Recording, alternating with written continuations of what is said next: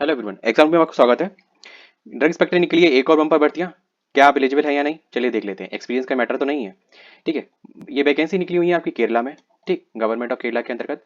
ये centre for the management for department CMD invite the application for the drug control department on the behalf of, ठीक है। तो drug control department के behalf पे CMD ये recruitment करने वाली है, ठीक है। और ये इसमें प्रोसेस जो एप्लीकेशन का है वो ऑनलाइन है, ठीक है। बट ये जो पोस्ट है वो थोड़ी सी अलग है, असिस्टेंट ड्रग इंस्पेक्टर की पोस्ट है ना। इसके लिए एलिजिबिलिटी क्या चाहिए, देखो इसमें बैचलर ऑफ फार्मेसी चाहिए आपके पास, higher education to be relevant, domain will be desirable, ठीक है। मतलब कहने का मतलब आप एम फार्म या pharm D doctor of pharmacy अगर आप करे हो तो वो डिजायरेबल में आ जाएगा, ठीक है। मिनिमम एलिजिबिलिटी बी फार्म चाहिए। स्किल फॉर आपको, आपके अंदर स्किल सेट ये होनी चाहिए, कम्युनिकेशन आपकी होनी चाहिए, इफेक्टिव होनी चाहिए, स्ट्रॉन्ग टेक्निकल राइटिंग स्किल होनी चाहिए, मतलब आपकी जो टेक की नॉलेज है अपने फार्मेसी कोर्स की वो अच्छी होनी चाहिए, ठीक है। Experience in developing and training material including the online tools and multimedia posters, ठीक है। तो इन सब चीज़ों का आपकी नॉलेज है। ऑर्गेनाइजेशन स्किल्स होनी चाहिए, Google good analytical and presenting skill होनी चाहिए। तो ये स्किल सेट है, ठीक है। यहाँ पे कोई इसका सर्टिफिकेट नहीं मांगा है, ये आपके अंदर होनी चाहिए। और रोल एंड रेस्पॉन्सिबिलिटी जो आपको वहाँ पे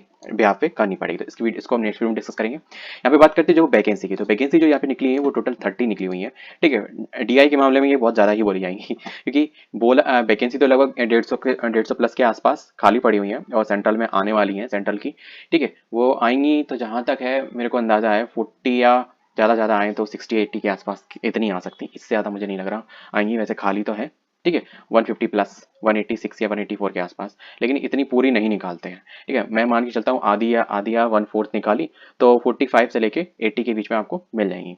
नेक्स्ट यहाँ पे आप देखते हैं 30 वैकेंसी है, तो त्रिवेंद्र ये थोड़ा डिस्टिंग्विश है डिस्ट्रिक्ट के अकॉर्डिंग, ठीक है। तो वो अलग चीज़ है, उससे अपने को कोई मतलब ही नहीं है।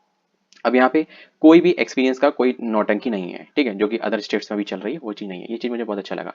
सबसे बड़ी बात है कि जो पोस्ट है, term of appointment 17 month and up to the completion of the project at hand and extendable base upon the requirement, ठीक है। पहली बात, ये 17 महीने की आपकी जॉब है, ठीक है। और दूसरा ये डिपेंड करता है कि जैसे जो कॉन्ट्रैक्ट जो प्रोजेक्ट बस पे लिया जा रहा है आपको, ठीक है, वो कंप्लीट हो जाएगा, ठीक है, तब तक आपको रखा जा सकता है। और ये भी डिपेंड करता है आपका काम कैसा है, ठीक है। अब बात करते हैं इसमें सैलरी कितनी मिलेगी। देखो सैलरी की अगर बात करें तो 30,000 रुपये आपकी सैलरी मिलेगी, दैट्स इट, ठीक है, पर मंथ। यहाँ पे कंसोलिडेटेड पे ऑफ है, ठीक है। यहाँ पे मुझे कोई अलाउंसेस वगैरह नहीं मिलेगी, फिक्स्ड पे मिलेगा।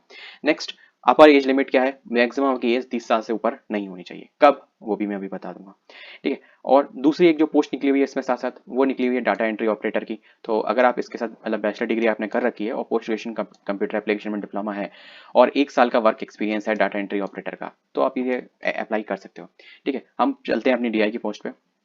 मेन चीज है अदर स्टेट वाले एलिजिबल हैं या नहीं। तो देखो जनरल इंस्ट्रक्शन में पहले ही पॉइंट लिखा है applicant must be the citizen of India, तो एक डाउट हमारा पहले ही क्लियर हो गया, ठीक है। दूसरा, the applicant required to go through the detail notification carefully decided to themselves and the eligibility and for the recruitment before the apply, ठीक है। कहने का मतलब ये है एलिजिबिलिटी अपनी भैया पहले चेक कर लो, वहां पे आके रिजेक्ट कर दिया जाएगा तो उसका हमें नहीं पता।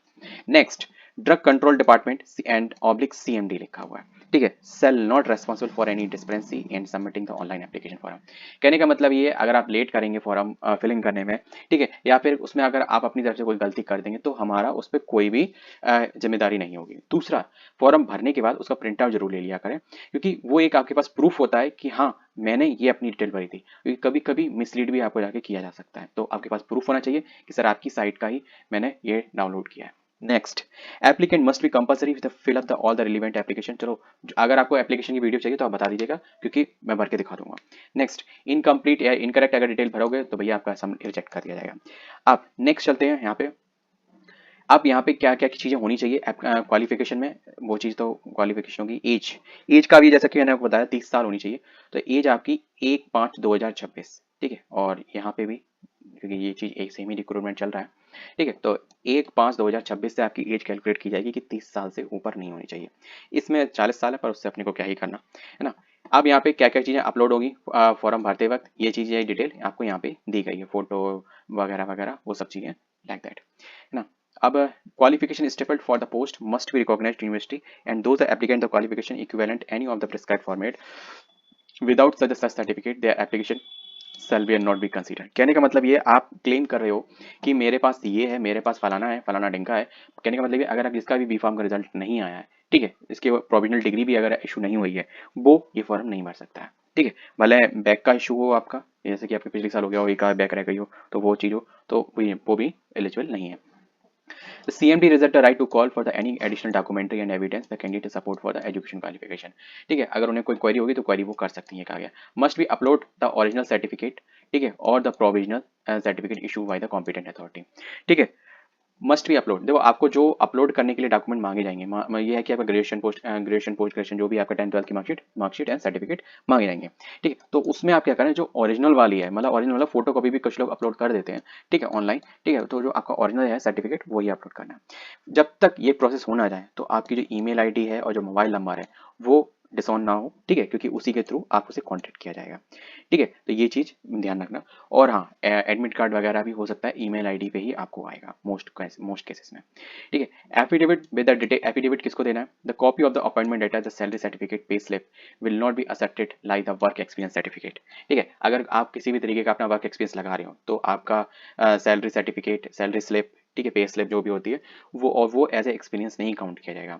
In the case of the latest experience the applicant may upload the affidavit with the detail of the employer. ठीक है, तो उसको अगर आपको एक्सपीरियंस सर्टिफिकेट रिप्रेजेंट करना है, ठीक है, जैसे कि वन चीज ये है कि इसमें दिया गया कि जितनी ज्यादा योग्यता होगी उसको वरीयता दी जाएगी। ठीक है, तो ये भी डिपेंड किया जाएगा, वहाँ पे कुछ ना कुछ तो आपका एग्जामिनेशन होगा, क्या होगा वो भी बता रहा हूँ। ठीक है, कैसे सिलेक्शन प्रोसेस होगा, फिर उसके बाद मेन चीज पहले आपको डॉक्यूमेंट से छांटा जाएगा। ठीक है, फिर इसे और डॉक्यूमेंट में अगर आप अपना एक्सपीरियंस रिप्रेजेंट कर रहे हो तो अगर आपका लेटेस्ट का है तो आपको एफिडेविट बना के देना पड़ेगा लाइक दैट। ठीक है, उसमें आपका एम्प्लॉयर किस पोस्ट पे हो, कहाँ पे, मतलब किस ऑर्गेनाइजेशन में एम्प्लॉय, ठीक है, डेजिग्नेशन क्या था, पीरियड मतलब कितने से लेके कब तक, अभी तक जब फॉर्म भर रहे हो लास्ट डेट वो डालना। ठीक है, नेचर ऑफ जॉब, जैसे कि अभी करंटली आप कर रहे हो, छोड़ोगे थोड़ी ना। ठीक है, तो आप ये डाल सकते हो करंटली जिस दिन लास्ट डेट फॉर्म की हो उस दिन की। नेचर ऑफ जॉब, ठीक है, आपका टास्क क्या क्या थे, रेस्पॉन्सिबिलिटीज क्या क्या थी। Affidavit is applicable only for the latest experience.